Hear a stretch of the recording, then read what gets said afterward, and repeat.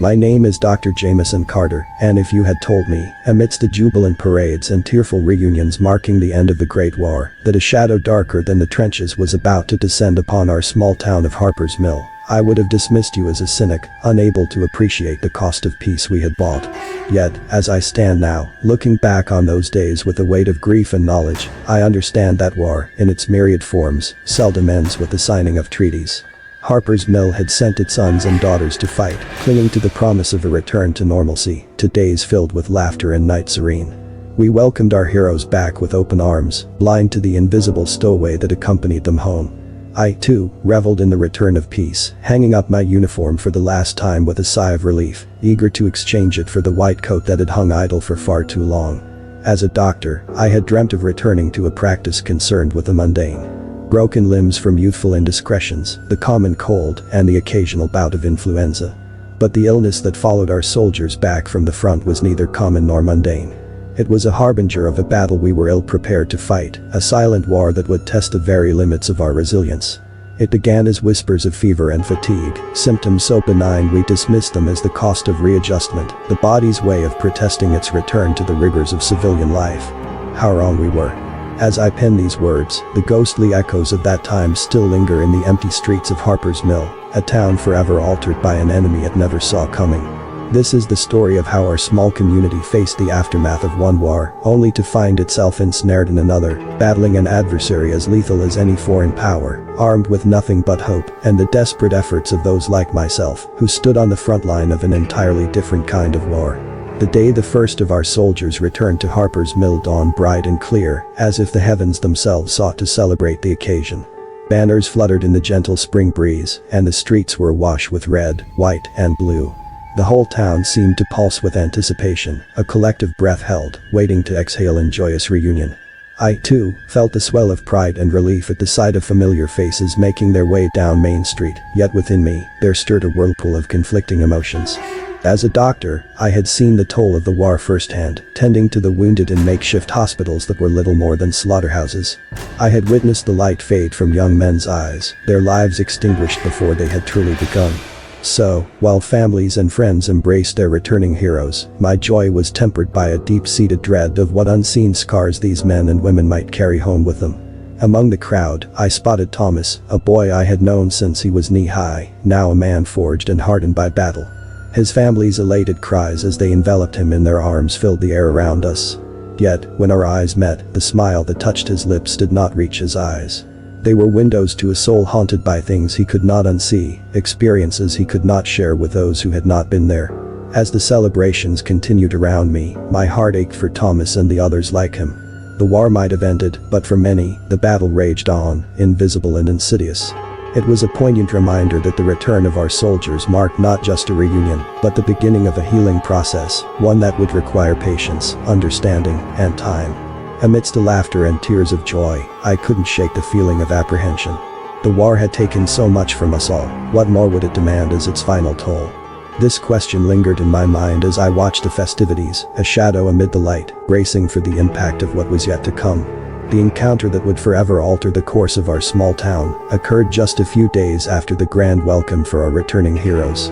It was late afternoon when Michael, a friend and fellow soldier, staggered into my office, his face pale and beads of sweat dotting his brow.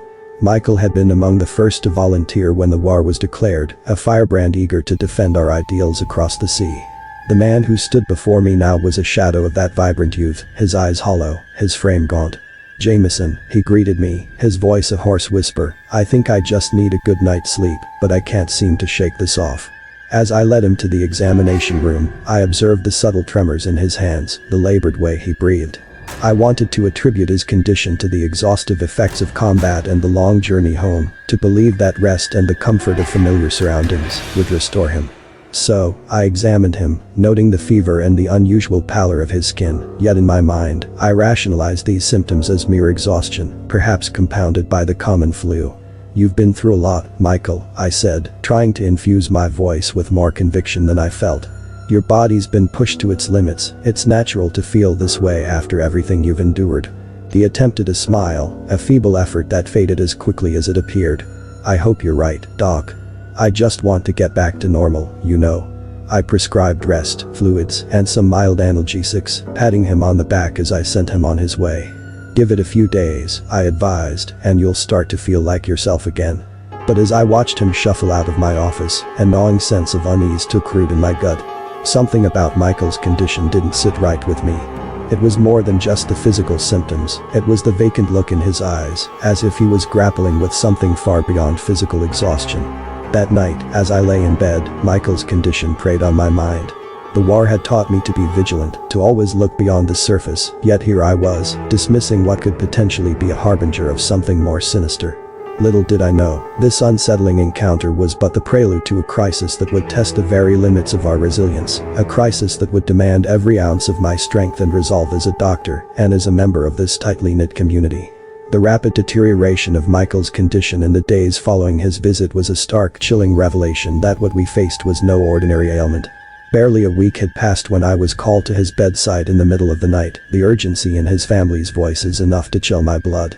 The Michael that greeted me was a far cry from the man who had walked into my office seeking relief from what he hoped was mere exhaustion.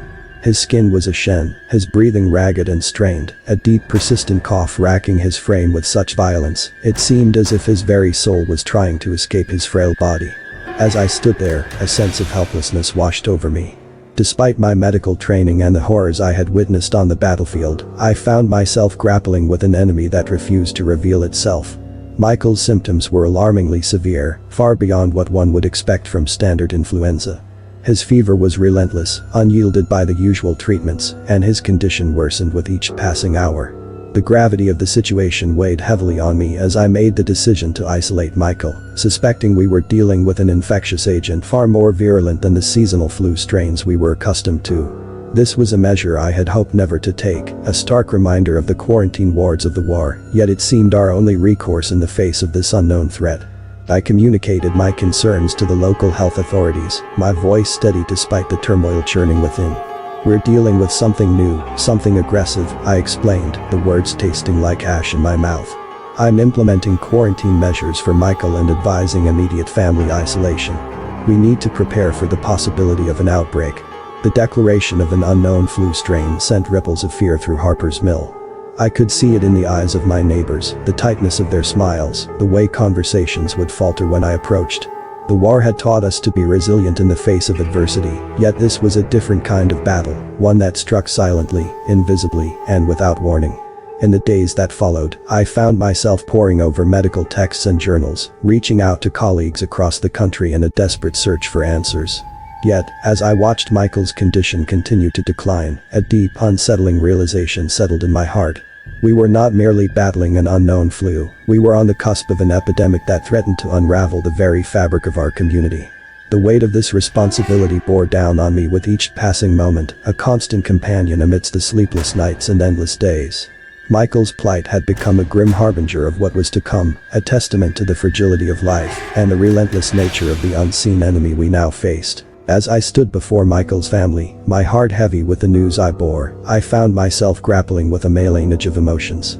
Grief, for the loss of a young life cut tragically short, fear, for what his death signified for the rest of us, and a profound sense of responsibility, knowing that it fell upon me to guide our town through the darkness that loomed on the horizon. The silence that enveloped the room as I spoke was suffocating, a tangible expression of the void Michael's passing had left in its wake. "I'm so sorry," I began, my voice barely above a whisper, each word laden with sorrow. "Despite our best efforts, we lost him." The simplicity of the statement belied the complexity of the emotions it unleashed.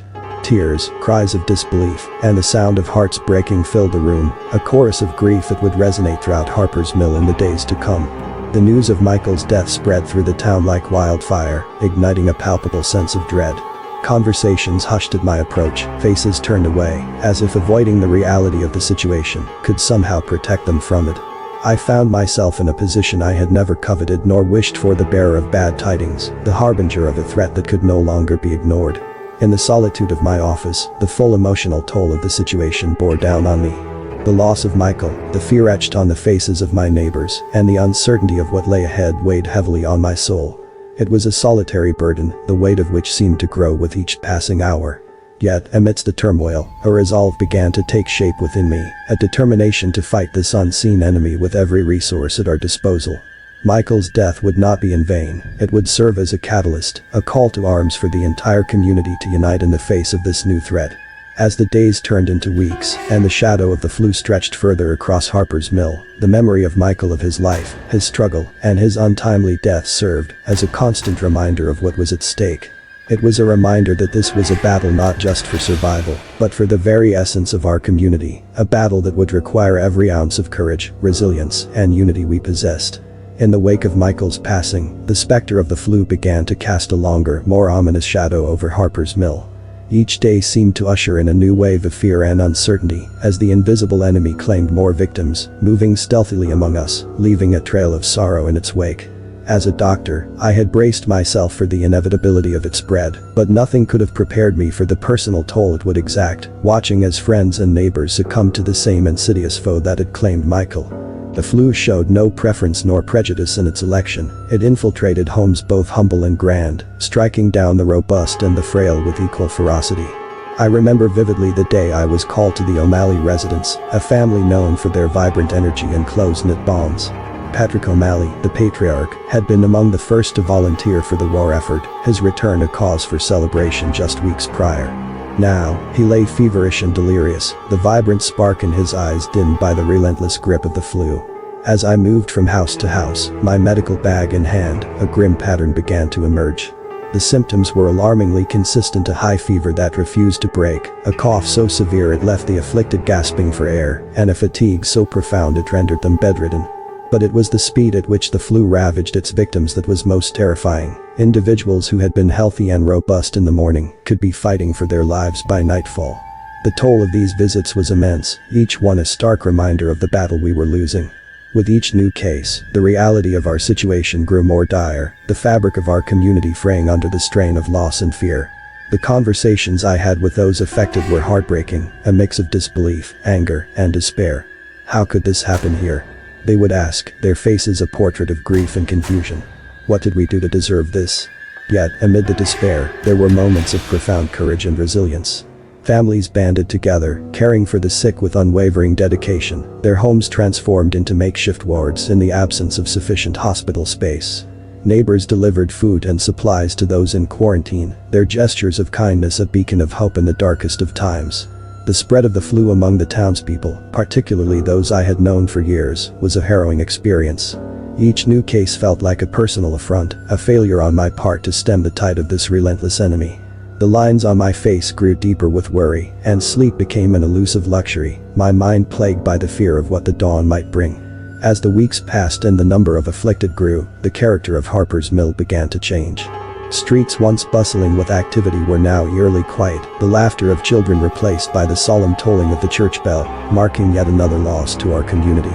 It was as if the very soul of our town was being slowly eroded by the ceaseless advance of the flu, leaving us to wonder if Harper's Mill would ever recover from the scars of this silent war. The progression from isolated tragedy to widespread epidemic was both swift and merciless, leaving me grappling with the enormity of the crisis that had befallen Harper's Mill. Each visit, each diagnosis, served as a brutal testament to the flu's relentless advance, its grip tightening around the heart of our community with unforgiving precision. It was during one particularly harrowing night, as I sat alone in the dim light of my study, poring over medical texts and journals for any sliver of insight, that the full weight of the situation descended upon me. The realization of the flu's severity, and the role I was to play in combating it, became a clarion call to action, one that I could neither ignore nor defer. The responsibility that rested upon my shoulders was immense, a burden that was both personal and professional. As a doctor, I had taken an oath to do no harm, to serve those in need to the best of my ability. Yet, as the bodies mounted and the fabric of our town began to unravel, I found myself questioning whether my best would be sufficient in the face of such a formidable adversary. The flu was unlike anything I had encountered before, capricious, lethal, and seemingly always one step ahead of our efforts to contain it. My days and nights blended into a continuous cycle of visits, diagnoses, and treatments, each case a desperate battle against an enemy that refused to yield. The limitations of our knowledge and resources became painfully apparent, the medical community's understanding of the flu woefully inadequate to halt its advance. Yet, it was in this moment of despair, faced with the enormity of the task before me, that a resolve took root deep within me, a determination not to succumb to fear or hopelessness, but to rally the town of Harper's Mill in a united front against the flu. The realization of my responsibility to combat the flu was a transformative moment, one that shifted my perspective from that of a solitary practitioner to a leader in a collective struggle for survival. I began to organize community meetings, educating the townsfolk on hygiene practices, the importance of quarantine, and the early signs of the flu to watch for. I worked tirelessly to coordinate with local authorities to secure additional medical supplies and to establish makeshift hospitals to accommodate the growing number of sick. This period of crisis also fostered an unexpected sense of camaraderie and collaboration among the townspeople. Volunteers emerged from every corner of Harper's Mill, offering their time and resources to aid in the fight against the flu. It was a testament to the resilience of the human spirit, a beacon of hope in our darkest hour. In the face of overwhelming odds, my role expanded beyond that of a physician to that of a mentor, a leader, and a confidant. The fight against the flu became a personal crusade, not just to save lives, but to preserve the very essence of our community. The realization that the battle we were engaged in was as much about sustaining hope as it was about combating the flu became a guiding principle in my efforts. As the weeks turned into months, and the toll of the flu continued to mount, the challenges we faced seemed insurmountable. Yet, it was in this crucible of adversity that the true character of Harper's Mill was forged, a community united in the face of despair, driven by a collective will to overcome, and led by a doctor who had come to understand the full measure of his responsibility to combat the flu. The battle against the flu in Harper's Mill was not only fought in sick rooms and makeshift clinics, but also in the realm of public opinion and community behavior. As the disease's death toll began to rise, one of my most daunting tasks was convincing the town of the flu's lethal potential and the urgent need for collective action to contain its spread. Despite the mounting evidence, skepticism and denial proved to be formidable adversaries, deeply ingrained in the townsfolk's desire to return to normalcy after the war's end.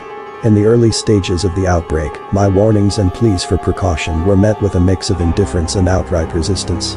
The concept of an invisible enemy was difficult for many to grasp, especially in a community where personal freedoms and daily routines were cherished. "It's just another flu," they would say, dismissing my calls for quarantine and social distancing as overreactions.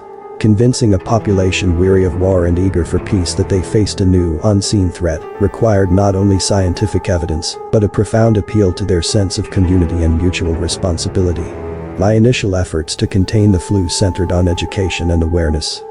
The establishment of quarantine zones and the enforcement of social distancing measures introduced new challenges.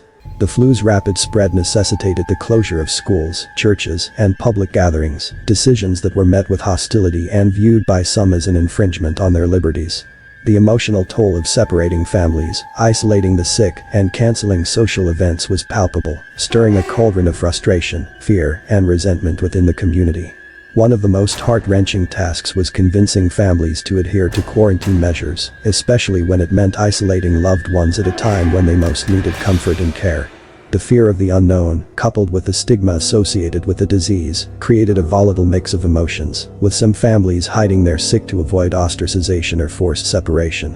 It was a sobering reminder of the delicate balance between public health and personal freedoms, a balance that was constantly tested as the flu ravaged our community. Amid these challenges, there were glimmers of hope and unity. The formation of volunteer groups to support the sick and distribute supplies, the selfless acts of those who stepped forward to nurse the ill, and the gradual shift in public opinion as the reality of the flu's devastation became impossible to ignore. All these factors contributed to a slow but steady progression towards a more coordinated and effective response. The journey to convince Harper's Mill of the flu's danger and to implement measures to contain it was fraught with obstacles, both external and internal. It was a testament to the resilience of the human spirit and the capacity for change, even in the face of unprecedented adversity. As the doctor at the heart of this struggle, I learned that battling the flu was as much about healing the body as it was about nurturing the community's soul, guiding them through their fear and skepticism towards a place of understanding and action. The battle against the flu, already a Herculean task, took on a devastatingly personal dimension when it breached the walls of my own home. Despite my best efforts to shield my family, employing every precaution known to medicine at the time, the flu proved indiscriminate in its choice of victims. The loss of my own family members to this relentless enemy intensified the fight's urgency and imbued it with a profound sense of personal grief and resolve. The first to fall was my youngest sibling, a spirited and vibrant soul whose laughter had always filled our home with warmth. Watching them succumb to the flu's grip, despite the round-the-clock care and whispered prayers, was a harrowing experience that left a void no words could fill. The disease that I had been battling in the streets of Harper's Mill had made its way into my heart, turning professional duty into personal vendetta. The impact of this loss on my family was profound. The shared grief became a silent specter at our table, a constant reminder of the stakes at play in my daily toil. My parents, already worn thin by worry for their returning soldier, now faced the unimaginable task of laying their child to rest, a task made all the more cruel by the flu's merciless spread, which forbade traditional gatherings of mourning and support. In the days that followed, the flu claimed yet another member of my family, further compounding our grief and stretching the limits of our endurance. The sight of my own kin, weakened and defeated by the very enemy I had vowed to combat, ignited within me a renewed determination. The fight against the flu was no longer just a professional obligation, it had become a deeply personal crusade to spare others the agony of loss that had befallen my family. This series of personal tragedies served as a grim reminder of the flu's indiscriminate nature, its ability to breach any defense, and the futility of any illusion of immunity. It underscored the necessity of my mission and the urgency with which it needed to be pursued. Each visit to a patient, each diagnosis made, was now charged with the weight of my own losses, driving me to explore every possible avenue to halt the flu's deadly march. The emotional toll of these losses on my psyche was immense, yet it also served to galvanize my efforts. My resolve to combat the flu was fortified by a personal vendetta against an enemy that had taken from me what was most dear. It sharpened my focus, lending a new level of determination to my work, as I sought not only to save my community, but also to honor the memory of those I had lost. Amidst this personal turmoil, the support of the community became a source of strength. Their acts of kindness, from delivering meals to offering silent companionship, were rays of light in the darkest of times. It was a poignant reminder that, in the midst of overwhelming loss, the human spirit's capacity for empathy and solidarity remained unbroken.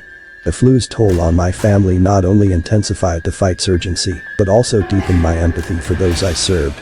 I understood, with aching clarity, the fear that shadowed every cough, the dread that accompanied each fever. This shared experience of loss and vulnerability bridged the gap between doctor and patient, fostering a deeper connection and a mutual resolve to endure, to fight, and, ultimately, to heal. The decision to impose a quarantine on Harper's Mill was one met with heavy hearts and a sense of desperation. By the time the measure was deemed necessary, the flu had already woven its way through the fabric of our community, leaving a trail of sorrow and loss in its wake.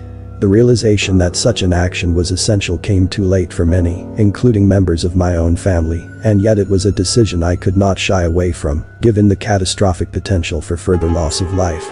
The process of implementing the quarantine was fraught with challenges, both logistical and emotional.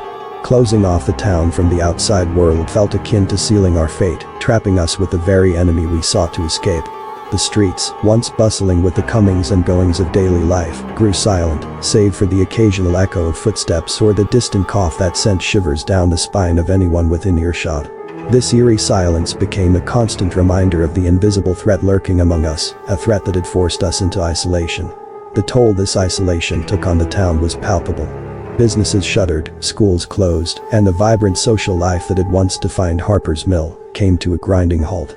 But beyond the economic and social repercussions, the emotional impact of the quarantine was profound. Families were torn apart, unable to comfort sick loved ones or mourn those they lost together. The fabric of our community seemed to fray at the edges, as fear and suspicion began to replace the camaraderie and neighborliness that had been our strength. For me, the decision to advocate for and enforce the quarantine weighed heavily on my psyche. Each day, as I walked the deserted streets, making house calls to those afflicted, the weight of my decision pressed down on me. The knowledge that the isolation was necessary did little to ease the burden of knowing it also contributed to the community's suffering. The faces of my patients, marked by illness and fear, haunted me, a constant reminder of the relentless enemy we faced. The quarantine, while a measure of last resort, also brought moments of unexpected grace. In the face of adversity, the people of Harper's Mill showed remarkable resilience. Stories of neighbors supporting each other, whether through the delivery of food and medicine or simply through words of encouragement, shouted across the safe divide of quarantine boundaries, served as a testament to the human spirit's capacity for compassion and solidarity. As the days turned into weeks, the quarantine's impact on my psyche became a complex tapestry of despair and hope. The despair came from witnessing the suffering and isolation of my community, from knowing that despite our best efforts, the flu continued to claim lives. Yet, amidst this despair, there was hope in the acts of kindness that flourished in the darkest of times, hope in the resilience of those who recovered, and hope in the lessons we were learning about the importance of unity and preparedness. The decision to impose a quarantine on Harper's Mill, and the toll it took on both the town and my own psyche, will forever be etched in my memory. It was a decision made in the shadow of an unprecedented crisis, a decision that, despite its heartbreaking consequences, ultimately reflected our collective determination to protect and preserve our community. In the silence of the quarantined streets, amidst the shared suffering and resilience, lay the profound realization that, even in our isolation, we were not truly alone. The rhythm of my days during the peak of the flu outbreak in Harper's Mill became a relentless cycle of treating patients, searching for answers, and wrestling with my own despair.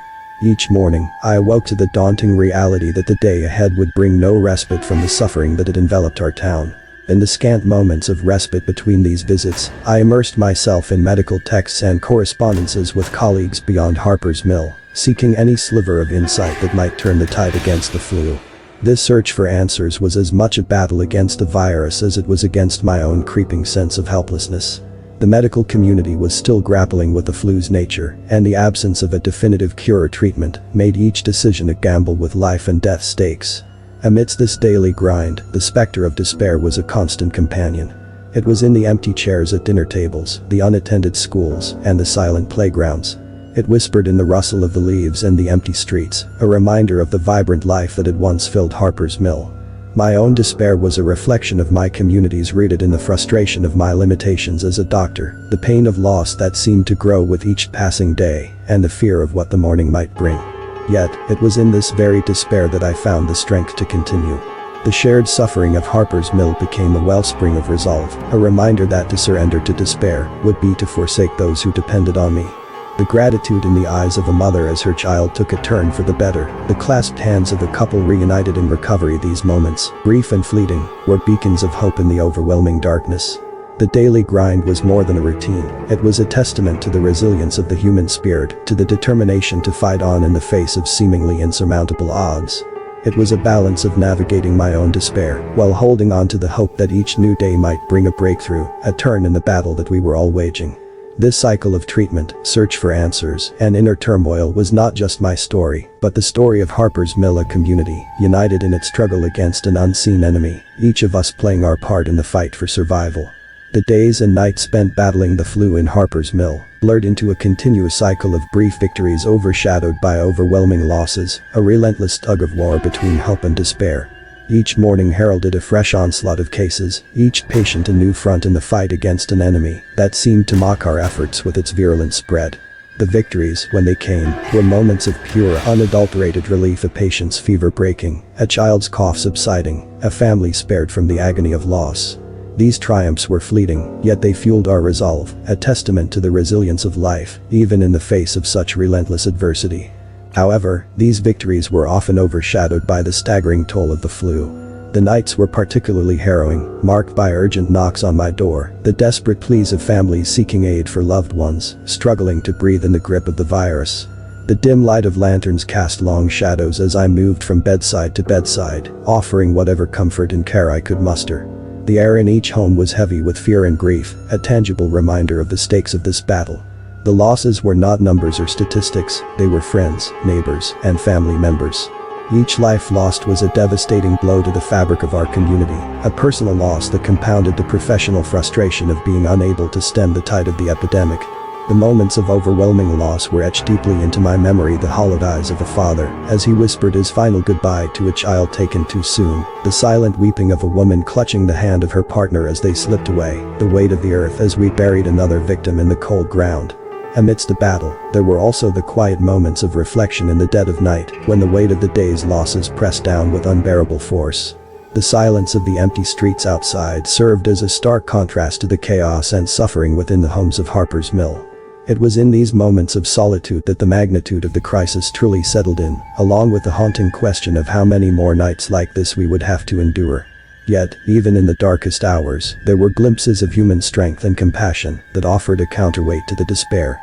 The community rallied in ways both big and small: neighbors delivering meals to those too sick to cook for themselves, volunteers sewing masks, and families sharing scarce resources. These acts of kindness were beacons of hope, illuminating the path forward through the darkness. The battle against the flu was a series of detailed accounts of days and nights, filled with the duality of human experience: moments of joyous victory and profound sorrow, of life clinging on with tenacity and lives slipping away despite our best efforts. Each victory and each loss was a story of its own, a thread in the larger tapestry of Harper's Mill's fight against an unseen enemy. Through it all, the community's spirit of resilience and solidarity shone as a beacon of hope, a reminder that even in the face of overwhelming odds, there was strength to be found in unity and shared purpose. As the flu epidemic ravaged Harper's Mill, I bore witness to the town's transformation into a shadow of its former self, a process that exacted a profound emotional and psychological toll on me. The vibrant community I had known, a place of bustling markets, lively gatherings, and streets filled with the sounds of daily life, gradually succumbed to the suffocating grip of fear and illness. This transformation was not just a matter of empty streets and closed doors, it was the palpable sense of despair that settled over the town, a thick, oppressive blanket that seemed to mute the very essence of life here. The scale of the devastation was overwhelming. Homes that once echoed with laughter and warmth stood silent, their inhabitants either too sick to venture outside or mourning losses that seemed to accumulate with each passing day. The places that had served as the heart of our community life, the church, the school, the local inn, were now eerily quiet, monuments to the social fabric that had been unraveled by the epidemic. Walking through the town, the physical signs of the crisis were everywhere. Notices of quarantine plastered on door after door, the hurried glances of the few who ventured outside, masked and anxious, and the makeshift memorials that began to appear in windows and on doorsteps, small tokens of remembrance for lives cut tragically short. Each of these signs was a reminder of the battle we were losing, of the enemy that continued to claim our friends, our families, our neighbors. The emotional strain of witnessing this transformation was immense. Each day, as I ventured out to tend to the sick, I felt the weight of the town's collective grief and fear bearing down on me. It was as if the very air was thick with it, a tangible force that made each breath a struggle. The smiles and greetings that once marked the interactions between townsfolk were replaced by averted gazes and hurried nods, a mutual acknowledgement of the suffering we were all enduring. Yet, perhaps the most challenging aspect of grappling with the scale of devastation was the feeling of helplessness it engendered. Despite my best efforts and those of others who fought tirelessly against the flu, the loss of life continued unabated. The knowledge that each visit, each treatment, might not be enough to turn the tide was a constant shadow, a nagging doubt that crept into even the most hopeful moments.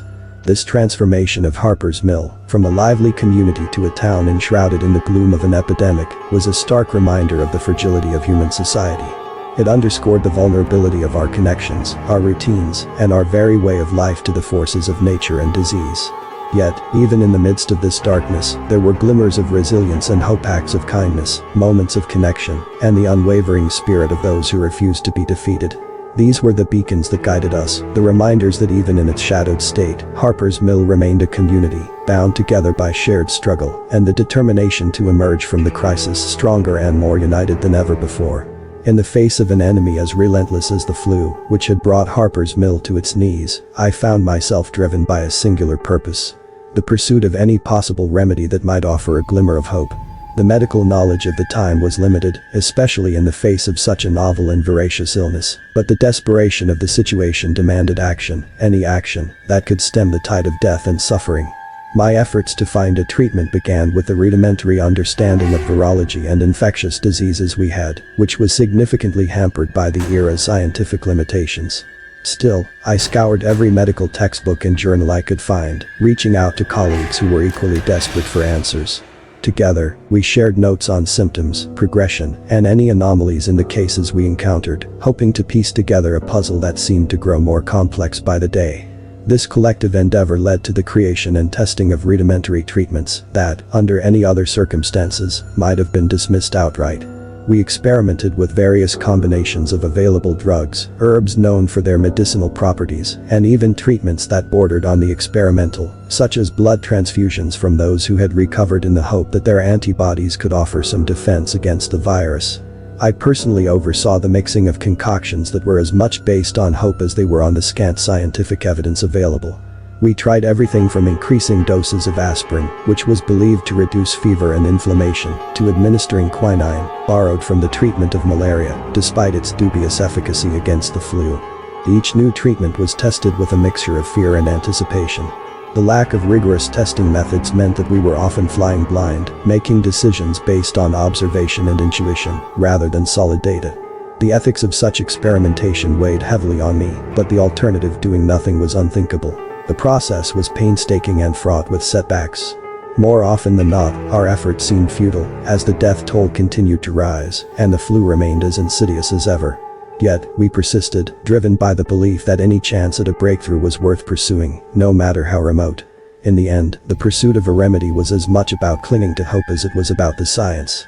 It was a testament to the human spirit's refusal to succumb to despair, a declaration that even in the darkest of times, we would not cease in our efforts to find a light.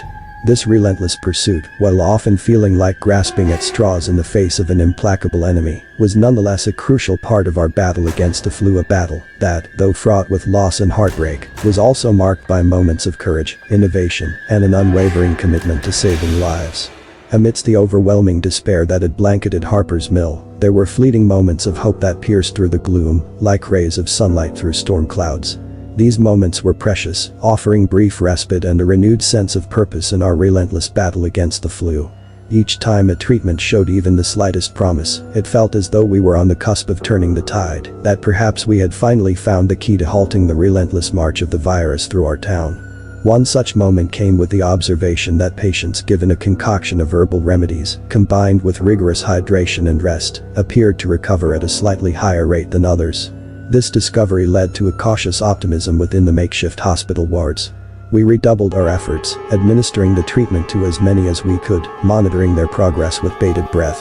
For a time, it seemed as though we might have found a crack in the armor of the flu, a weakness we could exploit.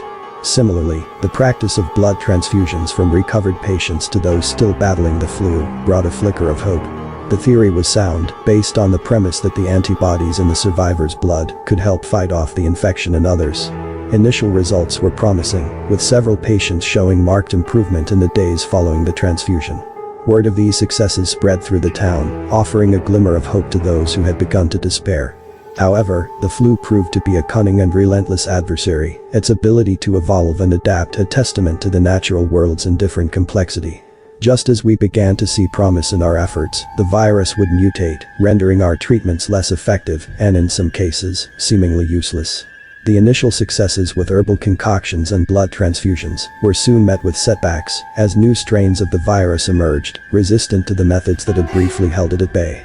The emotional rollercoaster of these moments of hope rising and then being dashed was, perhaps, one of the most challenging aspects of the epidemic. Each time we thought we had gained ground, the virus would slip from our grasp, leaving us facing the grim reality of our situation anew. It was a cruel reminder of our vulnerability, of the limits of our knowledge and abilities in the face of such a formidable foe. Despite these setbacks, we could not afford to succumb to despair. The moments of hope, however brief, served a vital purpose. They reminded us that surrender was not an option, that the fight against the flu was as much about perseverance as it was about medical breakthroughs. These moments fueled our determination to continue searching for answers, to keep trying new approaches, and to never lose sight of the possibility of victory, no matter how distant it might seem. In the darkest times, hope became our most powerful weapon, a beacon guiding us through the uncertainty and fear, and a reminder that even in the face of overwhelming odds, the human spirit's resilience knows no bounds. As the merciless wave of the flu began to recede, an eerie calm settled over Harper's Mill. The relentless cycle of illness, death, and mourning that had gripped the town for months slowly gave way to a heavy silence, the kind that follows a tempest, leaving a ghostly quiet in its wake. The streets, once bustling with the daily lives of its inhabitants, lay deserted, a stark testament to the toll the epidemic had exacted on our close-knit community. The makeshift hospitals, which had been overrun with the sick and dying, now stood empty, the beds unused, the halls echoing with the memory of those we had lost. The air, once filled with the sounds of life, was now punctuated only by the occasional creak of a door swinging on its hinges or the distant bark of a dog, left to roam free in the absence of its owners. It was as if the town itself was holding its breath, unsure of how to move forward in the aftermath of such devastation. Walking through the streets, I was struck by the surreal nature of it all. Shops, their windows dusty and displays untouched, appeared as time capsules, preserving the moment before the flu had changed everything. Homes stood silent, their doors closed to the world, hiding the grief and loss that lay within. It was a haunting reminder of the fragility of life and the swift, indiscriminate nature of the illness that had swept through our town, sparing no one in its path. The silence was not just physical but emotional as well.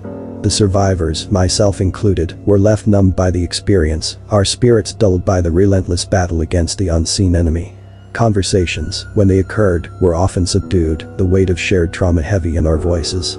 The joy that once marked the gatherings of friends and family was now tempered by the absence of those who would never join us again.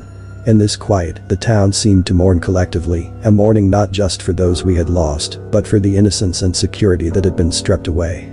We had faced our own vulnerability, our own mortality, and the world seemed a less certain place for it. The epidemic had left an indelible mark on Harper's Mill, one that would shape its future in ways we were only beginning to comprehend. Yet, in the stillness, there was also a sense of tentative hope. The end of the epidemic offered a chance to rebuild, to heal from the scars left behind. It was an opportunity to come together, to support each other in the grief and recovery that lay ahead. The eerie calm was both an ending and a beginning, a moment of reflection on the trials we had endured, and a first step toward the long journey of recovery. Harper's Mill, forever changed by the events of the flu epidemic, would find a way to move forward, its people united by the shared experience of survival and loss. In the wake of the silence that enveloped Harper's Mill, I found myself in a state of deep reflection, pondering the future and the indelible lessons etched into the fabric of our community by the flu epidemic. The cost had been unimaginable: friends, family, neighbors, each loss a piercing blow to the heart of our town. Yet, in this crucible of suffering, we had also discovered reservoirs of strength and resilience we never knew we possessed. As I walked the empty streets, the memories of those we had lost haunted me, their absences felt in every shuttered window, every silent home. But these memories also served as a powerful reminder of the value of each moment, the preciousness of the life we too often take for granted. The epidemic had stripped away the illusions of permanence and control, revealing the stark truth of our vulnerability. Yet, it also highlighted the incredible capacity for compassion, for sacrifice, and for coming together in the face of unimaginable adversity. Looking forward, I contemplated the future of Harper's Mill, a future irrevocably altered by the events of the past months. The road to recovery would be long and fraught with challenges. The physical rebuilding of our town, while daunting, paled in comparison to the emotional and psychological healing that was required. How do we rebuild the bonds of community in the shadow of so much loss? How do we honor the memory of those lost, ensuring their lives and sacrifices are not forgotten? These questions lingered, heavy on my mind, but I also recognized that within them lay the seeds of our path forward. The lessons of the epidemic about the importance of preparedness, the value of scientific inquiry and public health, the need for community and solidarity, these were the guideposts for rebuilding. We had learned the hard way the dangers of complacency, the critical need for vigilance in the face of threats not visible to the naked eye. Moreover, the epidemic had underscored the significance of empathy and kindness, virtues that had shone brightly in the darkest days of the outbreak. The way forward for Harper's Mill, I realized, lay not only in rebuilding the physical structures, but in fostering the spirit of unity and care that had seen us through the worst. It was in this spirit that I found hope, a belief that, despite the scars we bore, we could emerge stronger, more connected, and more resilient. The memory of those lost would forever be a part of Harper's Mill, a solemn reminder of the fragility of life. Yet we faced it with a courage that, even now, fills me with pride. The epidemic tested us in ways we could never have imagined, pushing us to the brink of despair. Yet, even in the face of overwhelming odds, the community came together, supporting each other, finding ways to persevere when all seemed lost. The human spirit, I have learned, possesses a remarkable capacity to endure, to adapt, and to overcome. We faced an enemy that was both everywhere and nowhere, a threat that could not be seen or fought with conventional means. And though the cost was steep, we emerged from the battle changed but unbroken. The lessons of those days have stayed with me, a reminder of what is truly important in life: connection, compassion, and the preciousness of every single moment. The silent war we fought against the flu was not just a battle for survival, but a battle for our humanity. It was a war that demanded more than just physical resilience. It required an emotional and spiritual strength, a willingness to face our deepest fears and still find hope, to confront loss and still find a way to love. It taught us about the fragility of life and the incredible power of community, how coming together in the face of adversity can illuminate the darkest times. Years later, as I ponder the resilience of the human spirit, I am struck by the silent victories won every day in the aftermath of the epidemic. The way we rebuilt our lives and our town, the way we honored the memory of those we lost by living fully and with purpose, speaks volumes about the indomitable nature of humanity. Harper's Mill, though forever marked by the tragedy, stands as a testament to our capacity to face the unthinkable and emerge with a renewed sense of what it means to be a community, what it means to be human. The silent war against the invisible foe of the flu epidemic will always be a defining chapter in the history of Harper's Mill and in my life. It was a time of profound loss and equally profound learning, a harsh reminder of our vulnerabilities and a beautiful illustration of our strengths. As I look back, I am filled with a sense of solemn gratitude for the lessons learned, for the resilience displayed, and for the enduring spirit of those who faced the darkness and chose to light a candle, illuminating the path forward for us all. As the years have unfurled since the flu epidemic that swept through Harper's Mill, my reflections often gravitate towards the profound lessons it imparted upon us. Among these, the importance of preparedness, unity, and the intrinsic value of every life saved stand as pillars that should guide us forward, not just as a community, but as humanity at large. Preparedness, I've come to understand, is not merely a matter of resources or plans laid out on paper. It's a mindset, a cultural ethos that prioritizes vigilance and readiness for the unforeseen. The flu epidemic caught us off guard, its virulence and speed outpacing our ability to respond effectively at the outset. This harsh lesson underscored the critical need for ongoing investment in public health infrastructure, for research into preventive measures and treatments, and for the cultivation of a public consciousness that values and participates in these endeavors. Had we been better prepared, perhaps the toll could have been lessened, a thought that motivates my advocacy for a world that takes the lessons of past pandemics to heart. Unity, I've realized, is our greatest strength in the face of such invisible threats. The epidemic tore through the fabric of our community, but it also showed us the power of coming together, of supporting one another in times of crisis. The divisions that once seemed so significant paled in comparison to the shared challenge we faced. This sense of unity, of a collective will to overcome, was instrumental in our eventual recovery. It taught us that when we stand together, when we share our burdens and our strengths, there is no challenge too great to overcome. Finally, the value of every life saved became a guiding principle for me, both personally and professionally. Each person we were able to save was a victory against the epidemic, a light against the darkness. These were not just numbers in a tally of survivors, they were individuals with families, dreams, and contributions to our world. This realization has deepened my commitment to the sanctity of life, reinforcing the belief that every effort to save a life is worthwhile, that every measure that protects even a single individual is a measure worth taking. In the years since the epidemic, these principles have become my beacon, guiding my efforts to ensure that Harper's Mill, and indeed any community I have the privilege to serve, is better prepared, more united, and ever mindful of the value of every life. The flu epidemic was a tragedy, a stark reminder of our vulnerabilities, but it also offered us a chance to learn, to grow, and to emerge stronger. As we look to the future, let us carry forward the lessons learned with a resolve to be better prepared, to stand united in the face of challenges, and to always remember the immense value of every life we have the power to save.